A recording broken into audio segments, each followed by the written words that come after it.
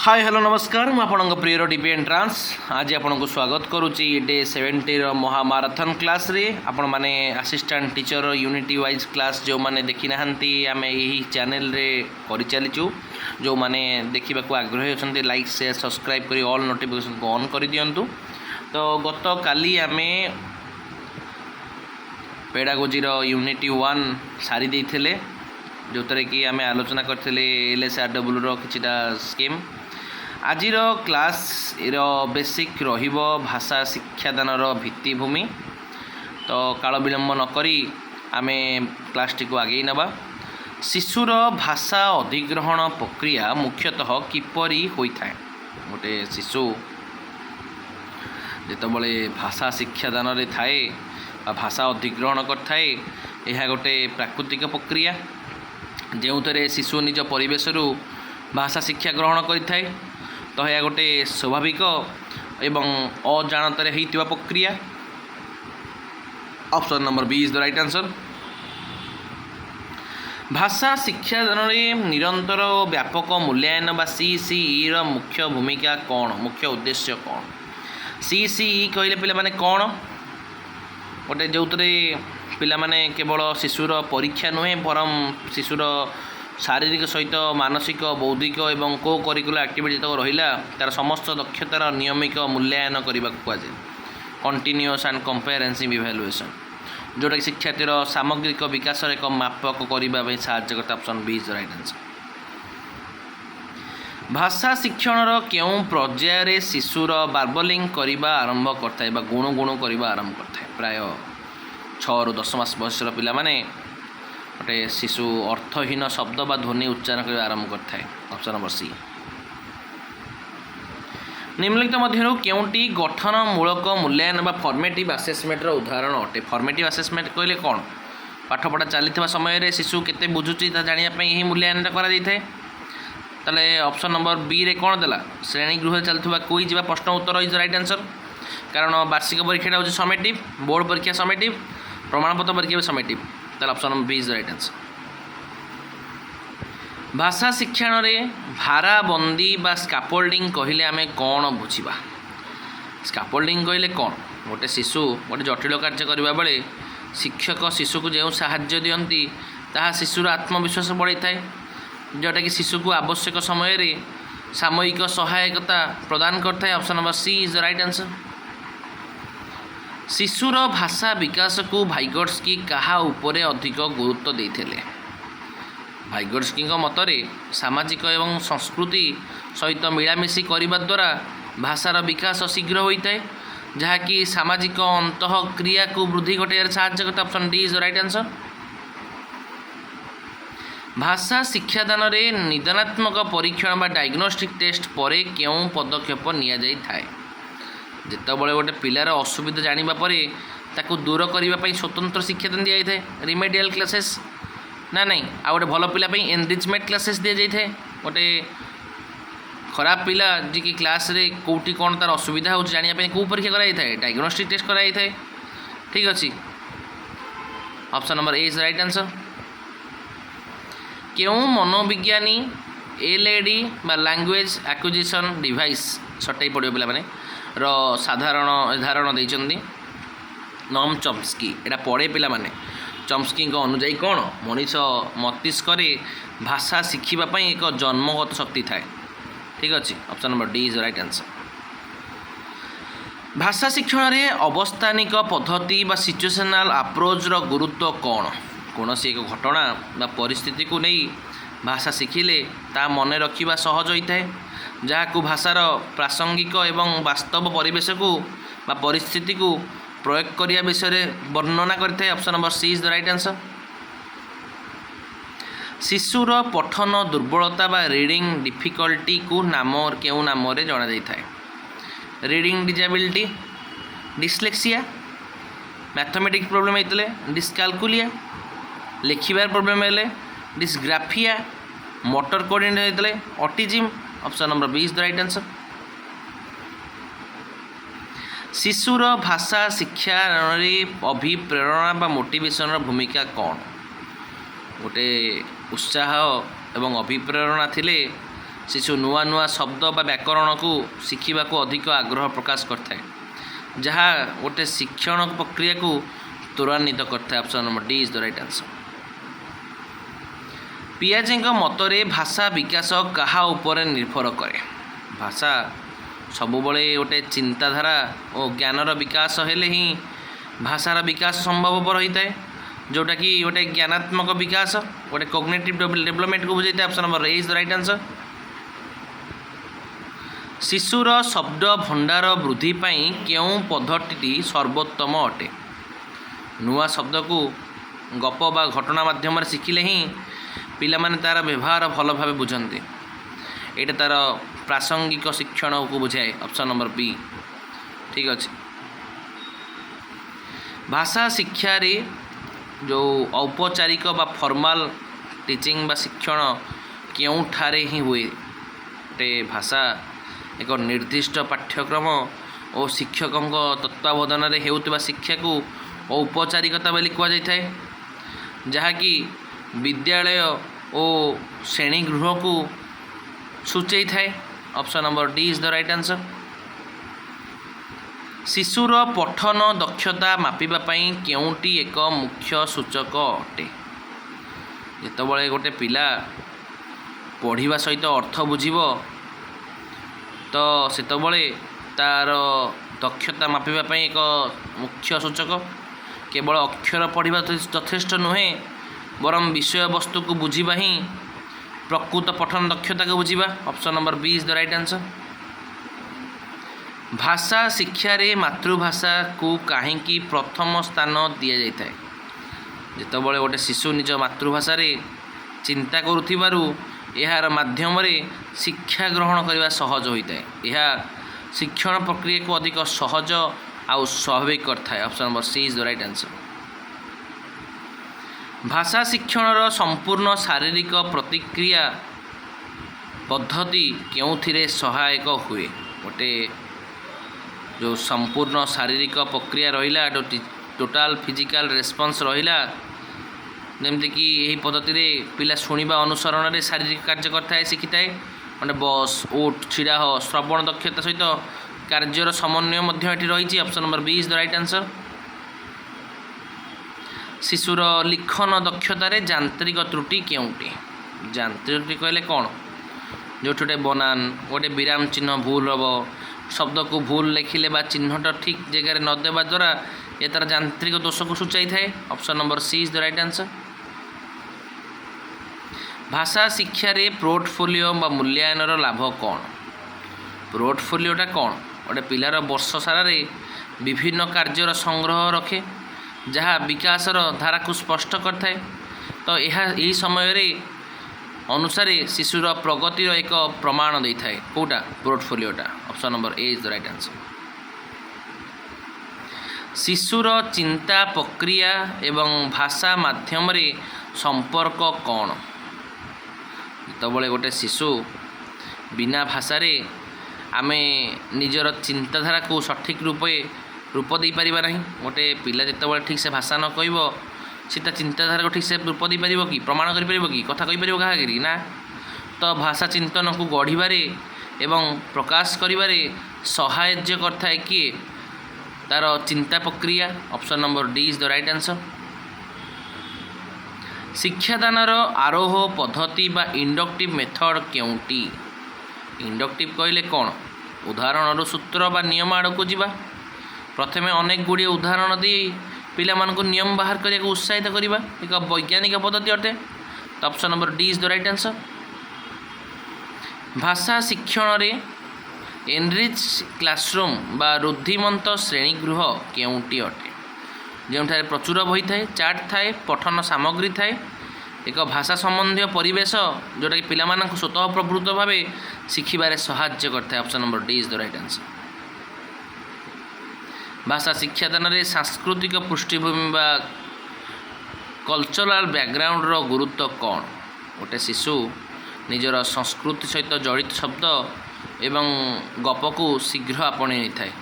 ଏହା ଶିଶୁର ପୂର୍ବ ଜ୍ଞାନ ସହିତ ଶିକ୍ଷଣକୁ ଯୋଡ଼ିବାରେ ମଧ୍ୟ ସାହାଯ୍ୟ କରିଥାଏ। Option number A is the right answer.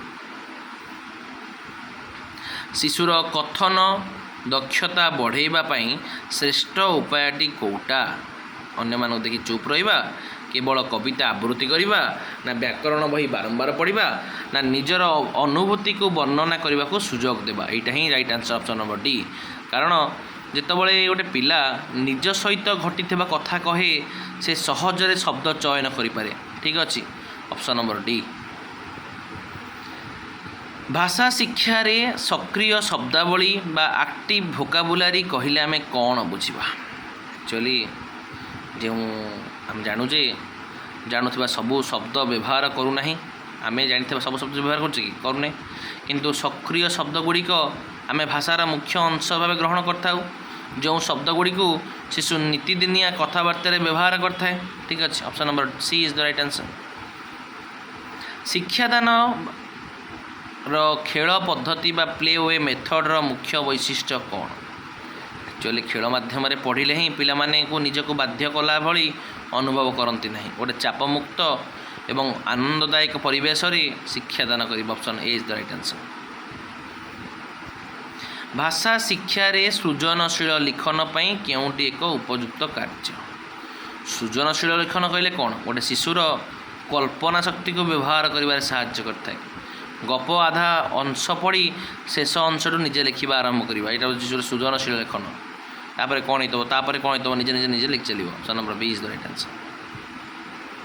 ଭାଷା ଶିକ୍ଷଣରେ ଅବରୋହ ପଦ୍ଧତିର ଦୋଷଟି କେଉଁଟି? ଅବରୋହ କହିଲେ କ'ଣ? Deductive method.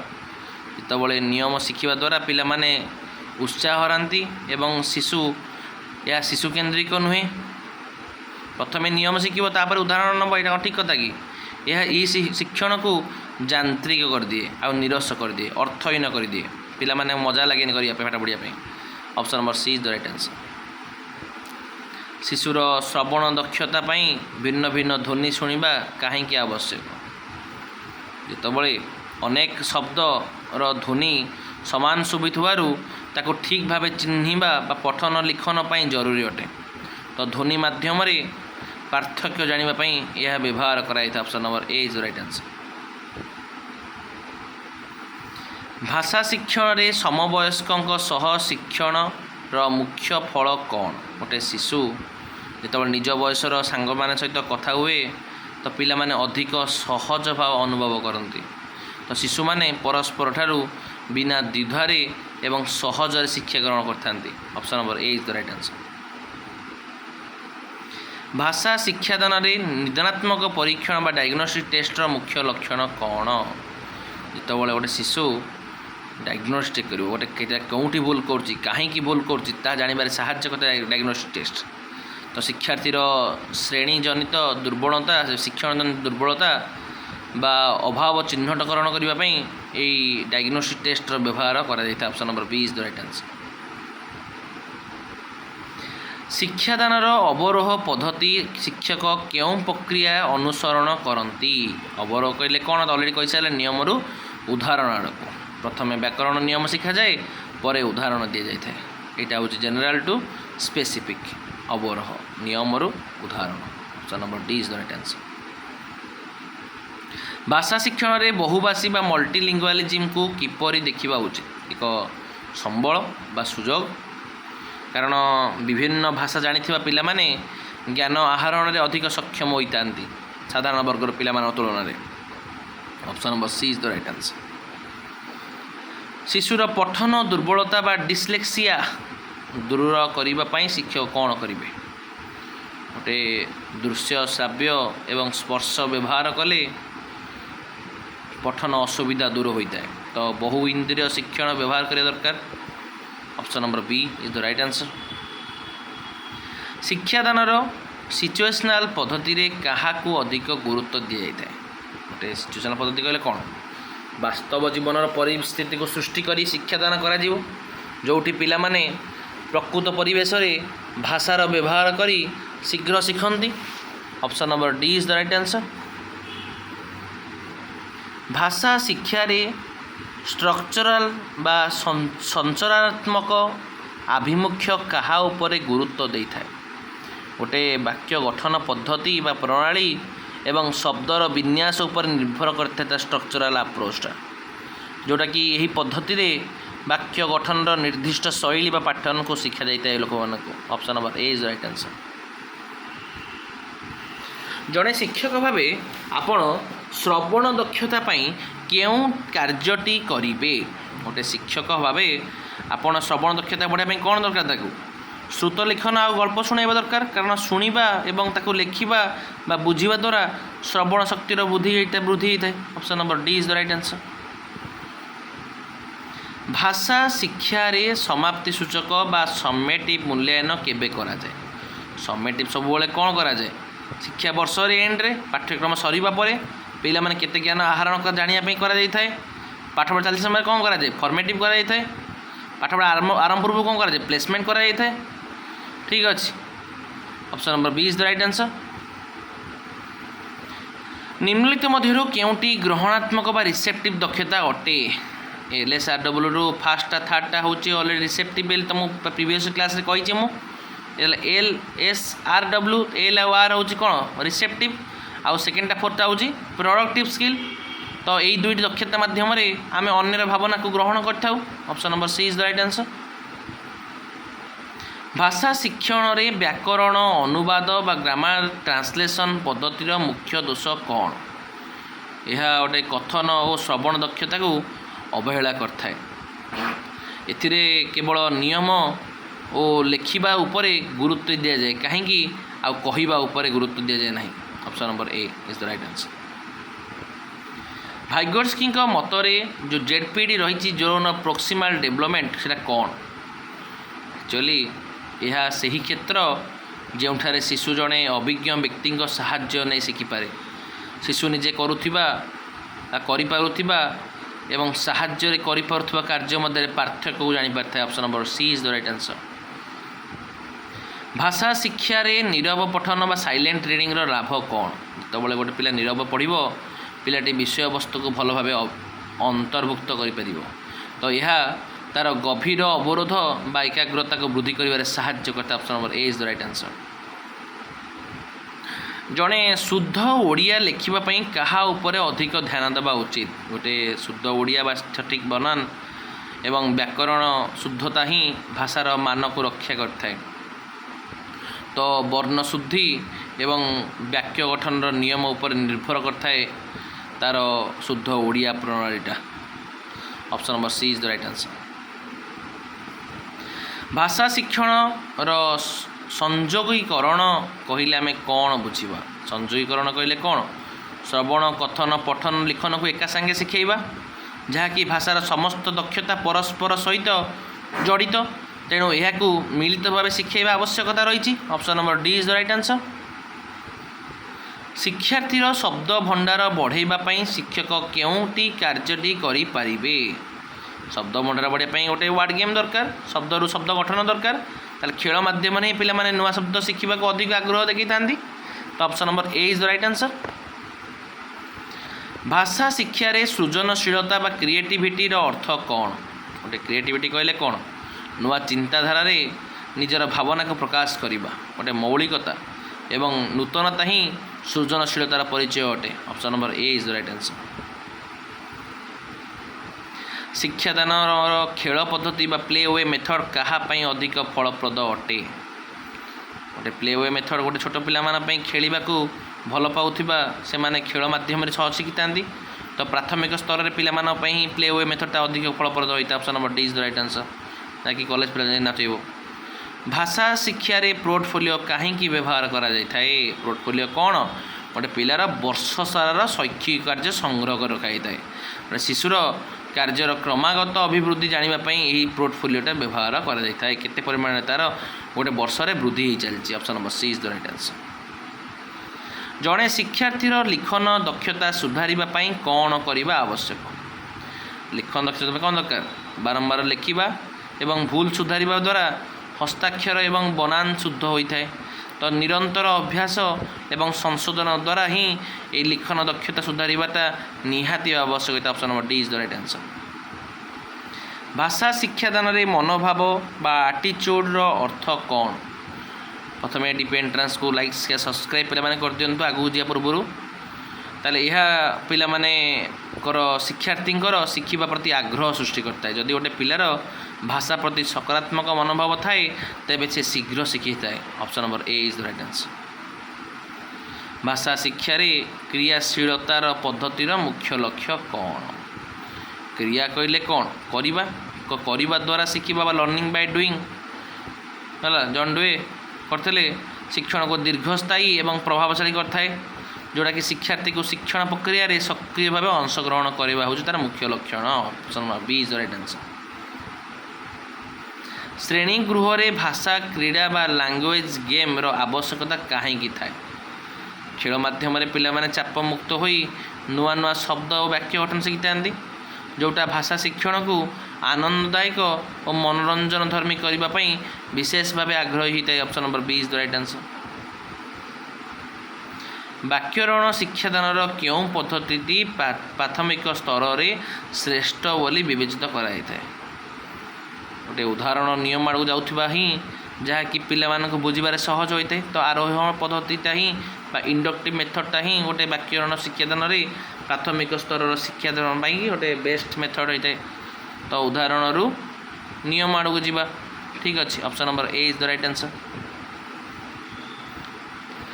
शिशुर अवबोध दक्षता परीक्षा किपरि प्रश्न पचारिबा उचित? गोटे कंपैरिजन जो क्वेश्चन रहिला पिलाटी पाठ पढ़ा केते बुझीची ता जानिबा भावार्थमूलक प्रश्न बा अवबोध प्रश्न निहाती भाव रहा दरकार। अनुच्छेदर मर्म बा भाव अर्थ उपरे आधारित प्रश्न को बुझाइबा। Option number B is the right answer. भाषा शिक्षण रे फॉर्मल ग्रामर बा औपचारिक व्याकरण रही क्यों श्रेणी आरंभ होता है? यह गोटे छोट पिला को प्रयोग शिखा जाता है किंतु विधिवत नियम टिके बड़ हेल्ले शिखापी सहज होता है जोटा कि उच्च प्राथमिक बा माध्यमिक स्तर ही आरंभ कराई था। Option number A is the right answer. शिक्षार्थी उच्चारण दोष सुधारिबा पई कौन शिक्षक करवा उचित? गोटे शिक्षक निज शुद्ध उच्चारण करने एवं पिला मानक अभ्यास करने दरकार जहाँकि शिशु शिक्षकों उच्चारण को शुणी पिला माने अनुकरण करी शुद्ध उच्चारण शिखती। Option number C is the right answer. भाषा शिक्षा रे दृश्य श्राव्य उपकरण बा ऑडियो विजुअल एड भूमिका कौन?